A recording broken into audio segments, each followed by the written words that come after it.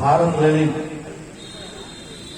बाबू जगदेव प्रसाद जी के चरणों में श्रद्धा सुमन अर्पित करते हुए आज इस कार्यक्रम की अध्यक्षता कर रहे माननीय अध्यक्ष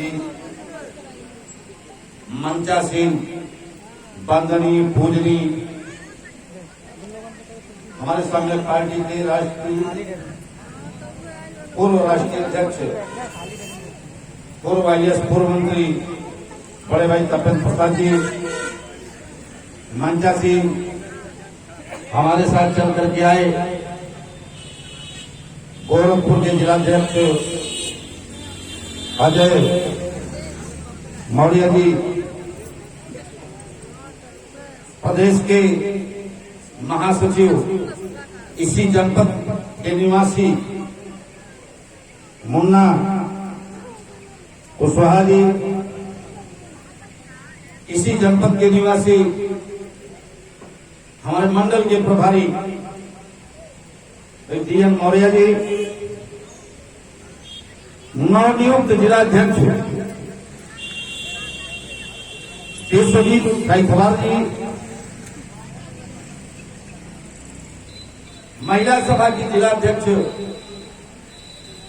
अनीता जी, वर्तमान समय में जिला पंचायत सदस्य नीरज मौर्य जी, हरदोई से चल करके आए, नंबर 1 के कॉन्ट्रैक्टर देवेंद्र सिंह जी और हमारे मीडिया के प्रभारी रामवीर साकी जी, मंचा से हमारे प्रधानाचार्य जी, संचालक जी, आए हुए हम साथियों, बुजुर्गों, माताएं, बहनें, प्यारे बच्चों, पत्रकार बंधुओं, मैं इस मंच के माध्यम से आपका हार्दिक स्वागत और अभिनंदन करता हूं। साथियों, भी हमारे भाई साहब का नाम बाबूलाल यादव जी ने सारी समस्याओं के निदान के बारे में आप सबको एकजुट करने की बात कर रहे हैं। हम किस लिए आए हैं आपके बीच में, हम इस पर आपसे चर्चा करेंगे। आप देखते होंगे ये सामने पार्टी एक नई पार्टी दिखाई पड़ रही है, हम इस पर आपसे चर्चा करेंगे। फिर हम आपसे चर्चा करेंगे कि आपके वोट की कीमत क्या है। फिर हम आपसे चर्चा करेंगे ये आजाद भारत है, ये प्रजातंत्र भारत है, ये लोकतंत्र भारत है, तो लोकतंत्र क्या है, इस पर हम आपसे चर्चा करेंगे। और फिर मैं चर्चा करूंगा आप लोगों से कि परिवारवाद क्या है, वंशवाद क्या है, धर्मवाद क्या है, संप्रदाय क्या है, थोड़ा थोड़ा इस पर भी आप लोगों से चर्चा करूंगा। तो सर्वप्रथम मैं आप लोगों से जो चर्चा करने जा रहा हूं कि ये सम्यक पार्टी क्या है, क्यों बनाई गई सम्यक पार्टी। इस देश में शोषित वंचित आम जनता, जिसको ये तमाम पार्टी के लोग पिछड़ा दलित अल्पसंख्यक करते हैं, इनकी तो 3,500 पार्टियां हैं, उन्हीं पार्टियों से कम चला लेना चाहिए था। क्या जरूरत थी कि आज के 3 साल पहले इस देश के पूर्व IAS और पूर्व IPS जो 250 की संख्या में सभी लोग दिल्ली में इकट्ठा होकर के एक निर्णय लेते हैं कि हम लोग इस देश में एक लोकतांत्रिक पार्टी बनाएं, जिससे इस देश के शोषित वंचित आम जनता के हक और अधिकार की लड़ाई लड़ सकें। तब ये आज से 3 साल पहले ये पार्टी बनाई गई। उससे पहले तो कोई पार्टी 25 साल की है, 20 साल की है, 15 साल की है, 50 साल की है, 100 साल पुरानी पार्टियां भी है, 125 साल पुरानी पार्टियां भी है, उन्हीं से काम चलाना चाहिए। इसलिए हम आप लोगों से थोड़ा चर्चा करेंगे कि सम्यक पार्टी क्यों बनाई गई। सम्मानित साथियों, इस देश में 2 ऐसी पार्टियां हैं जो राष्ट्रीय स्तर की पार्टियां हैं, और दोनों पार्टियों ने लोकतांत्रिक तरीके से अपने संगठन का विस्तार किया। एक तो सबसे बड़ी पार्टी जिसने 40 साल तक शासन किया, शायद आप लोग अगर थोड़ा बहुत राजनीति करते होंगे, वोट डालते होंगे तो जान गए होंगे, हम नाम नहीं लेना चाहते हैं। 40 साल तक इस देश और प्रदेश में शासन किया, उसका एक ही नारा था,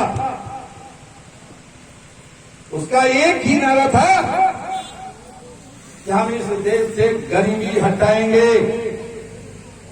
हम इस देश के किसानों को खुशहाल करेंगे, हम इस देश के मजदूरों को रोजगार देंगे, हम इस देश के बेरोजगारों को सम्मान सहित जीवन यापन करने का मौका देंगे।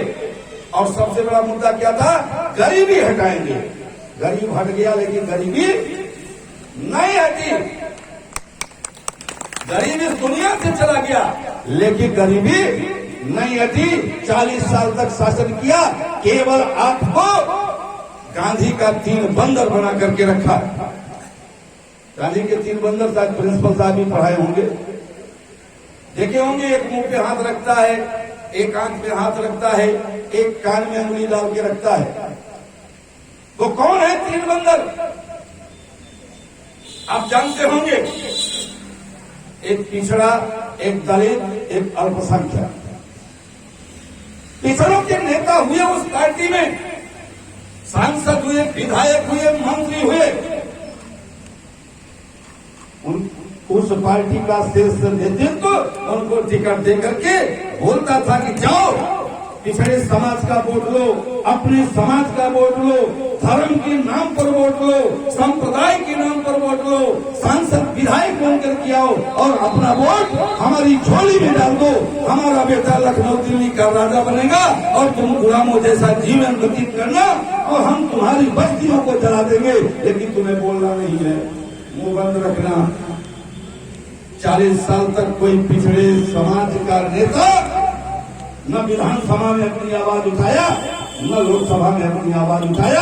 और ये पिछड़े समाज के लोगों का अपमान होता रहा। इनके बहन बेटियों की इज्जत और आबरू लूटती रही, इनके बच्चे शिक्षा से वंचित होते रहे, इन्हें अपमानित भरी जिंदगी जीने पे मजबूर किया जाता रहा, लेकिन कोई नेता बोला नहीं। केवल आकर के हमारे बीच में काजू और किशमिश खा करके लच्छेदार भाषण सुना करके चला जाता था, और जब दिल्ली पहुंचता था तो हमारी समस्या के बारे में कोई आवाज न उठा करके वो सारी समस्या का रास्ते में ही समाधान कर देता था। यानी जो भी एप्लीकेशन आप देते थे वो फाड़ करके फेंक देता था, इसलिए कि उसका कोई सुनने वाला नहीं था। दूसरा बंदर कौन है? थोड़ा हम कभी बोल रहे हैं, आप लोगों को बुरा नहीं लगना चाहिए, इसलिए कि 74 साल में न जाने कितने बार आप लोगों ने वोट दिया है, न जाने कितने पार्टियों की सरकार बनाई है। हम उन पार्टियों का नाम नहीं लेंगे, लेकिन आपसे बात जरूर करेंगे।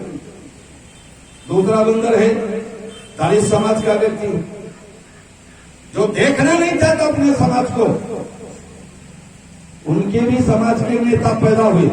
बाबू जगजीवन राम जैसे लोग प्रधानमंत्री तक पहुंच गए, लेकिन आए दिन उनके बहन बेटियों की इज्जत आबरू लूटती रही। खेत और खलिहानों में उनके बेटे को अपमानित किया जाता रहा, लेकिन तमाम दलित समाज के नेता, सांसद और विधायक बनकर के लखनऊ और दिल्ली की कुर्सी को सुशोभित करती रहे, लेकिन कभी भी ध्यान नहीं दिया कि हमारे समाज के साथ अन्याय हो रहा है। अपनी आंख पर पट्टी बांध करके रखे, यानी गांधी के दूसरे बंदर के रूप में अपना जीवन यापन करने लगे।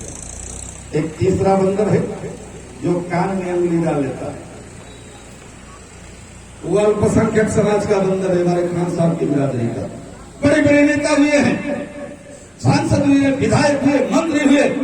मैं एक बात आप लोगों को बताना चाहता हूं, जब इंदिरा गांधी इस देश की प्रधानमंत्री थी, उस समय एक मुरादाबाद में घटना हुई थी।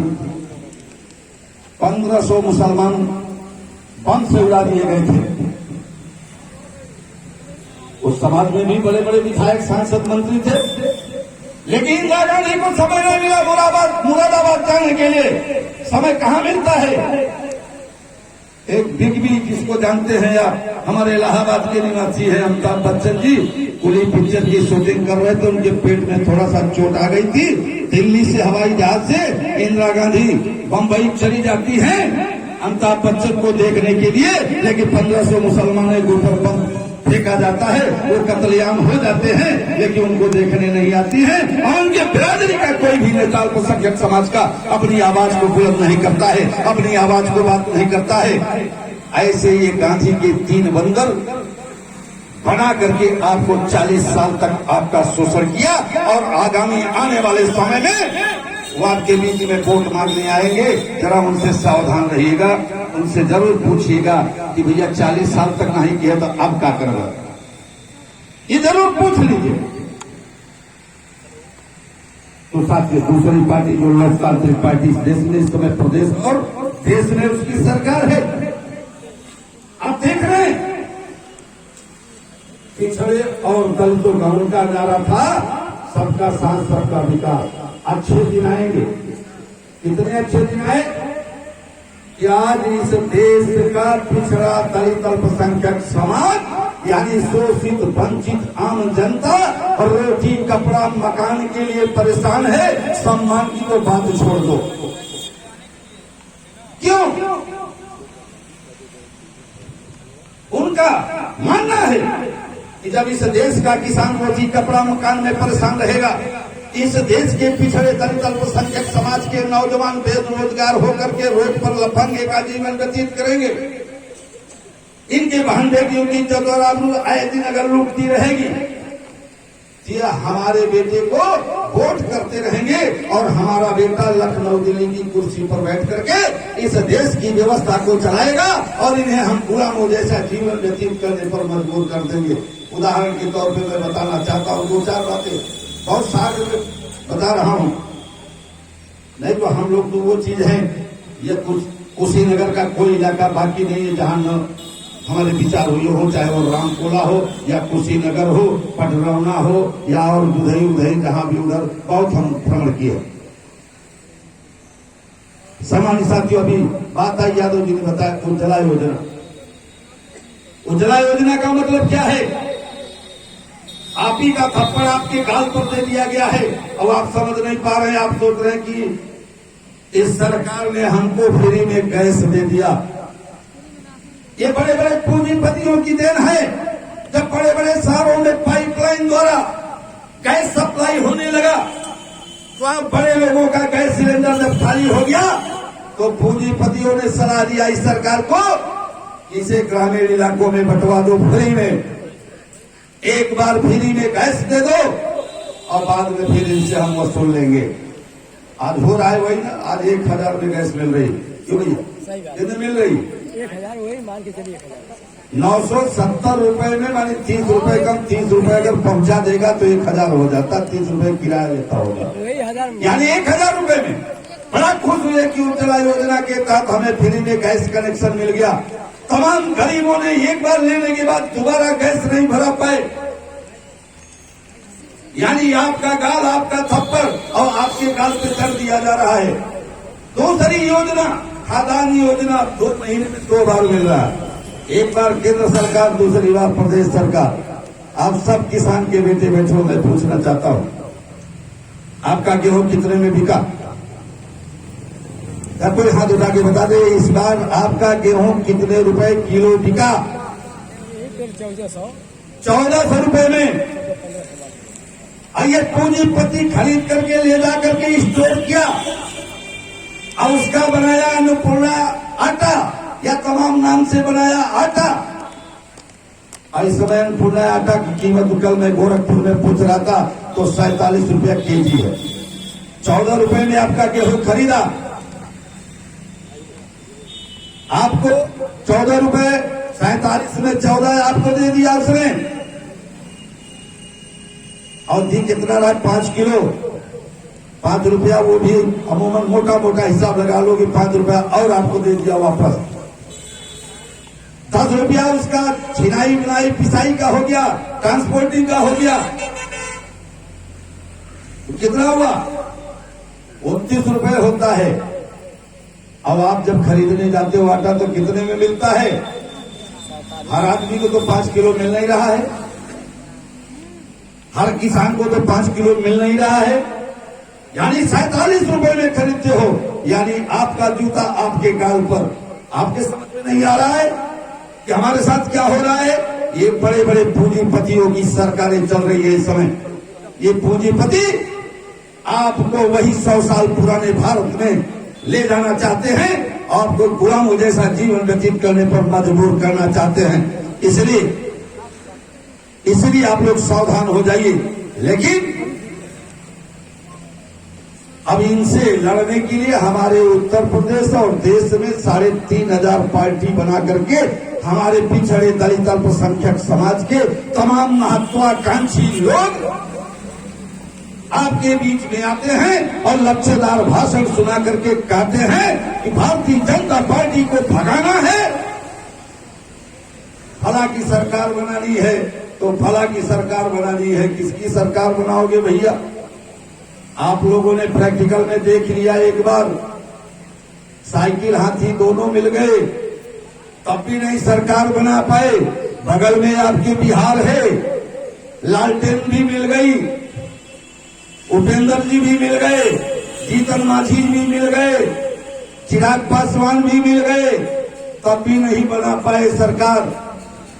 पश्चिम बंगाल में हुआ, 3 से 80 हो गए, कुछ नहीं बिगाड़ पाए। फिर 2022 में क्या बिगाड़ पाओगे? इस देश में जितनी भी पार्टियां पिछड़े और दलित समाज की हैं, सब पार्टियां परिवारवादी पार्टियां हैं, जात की भी पार्टियां नहीं हैं। मैं एक आध का उदाहरण आपको बता देना चाहता हूं। इसलिए कि इस समय बड़ा नारा चल रहा है पिछड़े दलितों में कि योगी को हटाना है, समाजवादी को लाना है। अरे साथियों, समाजवादी पार्टी का गठन 94 में हुआ था। 94 से लेकर के 4 बार आप लोगों ने मुख्यमंत्री बनाया और रक्षा मंत्री बनाया, लेकिन पार्टी लोकतांत्रिक पार्टी नहीं है। जब तक इस देश में लोकतांत्रिक पार्टी नहीं होगी, इस पिछड़े दलित अल्पसंख्यक समाज की पार्टी नहीं होगी, तब तक इस बड़ी हाथी को आप देश की कुर्सी से, प्रदेश की कुर्सी से नहीं हटा सकते हो। इसलिए मैं आपको बताना चाहता हूं, मुलायम सिंह जी ने एक पार्टी बनाई जिसका नाम रखा समाजवादी पार्टी, और जब वो बुजुर्ग हो गए तो अपने भाई को भी नहीं बनाया, अपने बेटे को बना दिया राष्ट्रीय अध्यक्ष मुख्यमंत्री। अब उनका बेटा जब तक जीवित रहेगा, जब तक उसका हाथ पैर काम करेगा, तब तक राष्ट्रीय अध्यक्ष रहेगा, मुख्यमंत्री बनेगा, केंद्र में प्रधानमंत्री बन जाएगा। अगर सरकार आ जाएगी फिर उसका बेटा अर्जुन यादव आ जाएगा। कुशीनगर के यादव को सम्मान नहीं मिलेगा, कुशीनगर के यादव को राष्ट्रीय अध्यक्ष नहीं बनाएंगे, कुशीनगर के यादव को मुख्यमंत्री नहीं बनाएंगे। इसलिए वह जातिवादी पार्टी भी नहीं है, परिवारवादी पार्टी है। परिवारवादी पार्टी से कभी आपका भला हो सकता है? केवल उनका भला होगा जब सरकार बनती है तो 250 लाल बत्ती उनके घर में होती है। जो इस बीच में बैठे होंगे उस पार्टी के लोग, वो जानते होंगे अच्छी तरह से, अगर कोई मंच लगता है तो 250 कुर्सियां केवल नेताजी के परिवार की लगाई जाती है। जिस बिरादरी का नेता अगर मंच तक पहुंचना चाहे तो पहले 250 लोगों को पैर छूते तब पहुंचता है। ऐसी पार्टी से आपका भला होगा। यही कारण है कि पिछले चुनाव में एक बिरादरी को छोड़ करके अदर बैकवर्ड उसे वोट नहीं किया, इसलिए उनका ये हथर हो गया। आज वो चिल्ला के कह रहे हैं कि 2022 में साइकिल कभी भी साइकिल की सरकार बनने वाली नहीं है साथियों। इसलिए सावधान होइए। ये लोग केवल अपने फायदे के लिए पार्टी बना करके घूम रहे हैं। एक आध पंचवर्षीय और देख लीजिए, उसके बाद इनका आता पता नहीं चलेगा। एक और पार्टी है, 89 से शुरू किया था कांशीराम साहब ने। उन्होंने कहा जिसकी जितनी संख्या बारी उसकी उतनी हिस्सेदारी, और तमाम तरह के नारे दिए थे। तमाम इस देश का, प्रदेश का पिछड़ा दलित समाज का व्यक्ति, हम जैसे लोग नौजवान जो इलाहाबाद यूनिवर्सिटी के छात्र हुआ करते थे, हम लोगों ने लग करके उस मिशन को आगे बढ़ाने का काम किया। और जब 93 में सरकार बनती है तो नारे बदल जाता है। जिसकी जितनी संख्या वाली उसकी उतनी हिस्सेदारी, ये सब बदल करके हो क्या जाता है कि अब जो संगठन बनेगा, अब जो सरकार बनेगी, एक बिरादरी के लिए बनेगी। आप देख लीजिए, इतना भी आपके दिमाग में नहीं आता। अगर ये कौन सी विधानसभा है, देखिए रामकोला का विधानसभा अध्यक्ष होगा तो बहन जी की बिरादरी का होगा। कुशीनगर का अध्यक्ष होगा तो बहन जी की बिरादरी का होगा। उत्तर प्रदेश का प्रदेश अध्यक्ष होगा तो बहन जी की बिरादरी का होगा। राष्ट्रीय अध्यक्ष तो खुद बहन जी है। कोऑर्डिनेटर अगर विधानसभा का होगा तो बहन जी की बिरादरी का होगा। जिला कोऑर्डिनेटर होगा तो बहन जी की बिरादरी का होगा। प्रदेश कोऑर्डिनेटर होगा तो बहन जी की बिरादरी का होगा। और राष्ट्रीय कोऑर्डिनेटर होगा तो उनका भतीजा होगा, दूसरी बिरादरी का नहीं होगा। क्यों साथियों, कहां है आपका वहां सम्मान? कहां मिलेगा आपको अधिकार? क्यों जीतान लगा दिए हो कि हमारा अधिकार मिलेगा? जिसकी जितनी संख्या वाली उसकी उतनी हिस्सेदारी। केवल है एक बिरादरी, एक परिवार की पार्टी बन गई है। उसका भी हसर पिछले चुनाव में यही कारण हुआ कि एक बिरादरी को छोड़ करके, बहन जी की बिरादरी को छोड़ करके अदर दलित भारतीय जनता पार्टी को वोट कर गया। सरकार केंद्र में भी बन गई, प्रदेश में भी बन गई। ये चिल्लाते रह गए, ये नारा देते रह गए कि जिसकी जितनी संख्या वाली उसकी उतनी हिस्सेदारी, और ये नहीं दे पाए और न दे पाएंगे, इसलिए इनसे भी सावधान हो जाइए। और तमाम तरह की छोटी छोटी पार्टियां आई हैं, वो आपको देखा अच्छा लच्छेदार भाषण सुनाते हैं। जब उनके संगठन की तरफ ध्यान दीजिए तो पता चलता है ये तो केवल एक परिवार के लिए काम कर रहे हैं, केवल अपने फायदे के लिए काम कर रहे हैं। उदाहरण के तौर पर मौर्य समाज के लोगों, अभी वो व्हाट्सएप फेसबुक के माध्यम से आप लोगों ने देखा होगा, आपके समाज की एक पार्टी थी महान दल, 13 साल से चल रही है। अभी लखनऊ में उन्होंने इलेक्ट्रॉनिक मीडिया वालों को बुला करके कहा कि हमारे दल में कोई ऐसा नेता नहीं है, ऐसा कोई कार्यकर्ता नहीं है जो विधानसभा का चुनाव लड़ सके। हमारे कार्यकर्ता तो केवल इसी में खुश हैं कि 403 विधानसभाओं में समाजवादी पार्टी का हम प्रचार प्रसार करेंगे और अखिलेश भैया को प्रदेश का मुख्यमंत्री बनाएंगे। यानी 13 साल से चला रहे थे पार्टी, जिन कार्यकर्ताओं को होल टाइमर बना दिया, जिन पिछड़े दलित अल्पसंख्यक समाज के कार्यकर्ताओं को घर से बेघर कर दिया कि ये आंदोलन है, ये मिशन है, इसमें हक अधिकार लेना है, लखनऊ दिल्ली की कुर्सी पे सर बैठना है, वहां से जुआसा की किरण चलेगी, अपने दरवाजे तक लाना है। आज वो कार्यकर्ता कहां जाएंगे भाई? आज उस समाज के लोग कहां सम्मान पाएंगे? ऐसे नेता आपके बीच में 2022 में आने वाले हैं। हम आपको लालच नहीं देना चाहते, आपकी मर्जी होगी। हमारा जो कैंडिडेट खड़ा होगा, प्रत्याशी खड़ा होगा, आप वोट दे दीजिएगा। हम तो एक आंदोलन लेकर के आए हैं, आज नहीं तो 10 साल बाद, 20 साल बाद, लेकिन हम एक ऐसी विचारधारा आपको देने जा रहे हैं जो इस देश में एक लोकतांत्रिक विचारधारा होगी। और इस देश की व्यवस्था तब बदली जा सकती है जब तक इस देश में लोकतांत्रिक पार्टी बना करके राजनीतिक परिवर्तन नहीं किया जाएगा, तब तक इस देश की व्यवस्था नहीं बदली जा सकती है, सामाजिक व्यवस्था नहीं बदली जा सकती है। इसलिए हम लोगों ने सम्यक पार्टी का गठन किया और सम्यक पार्टी को पूर्ण रूप से लोकतांत्रिक बनाया। इसका एक हमने संविधान भी लिखा, उस संविधान में लिख दिया चाहे जो राष्ट्रीय अध्यक्ष आएगा सारी धाराओं को बदल देगा, लेकिन 3 चीज नहीं बदल पाएगा। एक, पदाधिकारी का कार्यकाल, दूसरा चुनाव लड़ने का अधिकार, तीसरा उसके परिवार का कोई भी पदाधिकारी। कहने का मतलब, अगर मैं राष्ट्रीय अध्यक्ष हूं तो 3 साल के बाद सहर्ष त्याग पत्र दूंगा, और अदर बिरादरी का राष्ट्रीय अध्यक्ष होगा, अदर प्रांत से होगा, और 3 साल तक फिर मेरे परिवार का कोई भी व्यक्ति राष्ट्र सम्यक पार्टी का पदाधिकारी नहीं होगा, केवल सदस्य रहेगा। 3 साल के बाद बूथ से शुरू करेगा और राष्ट्र में पहुंचने का काम करेगा।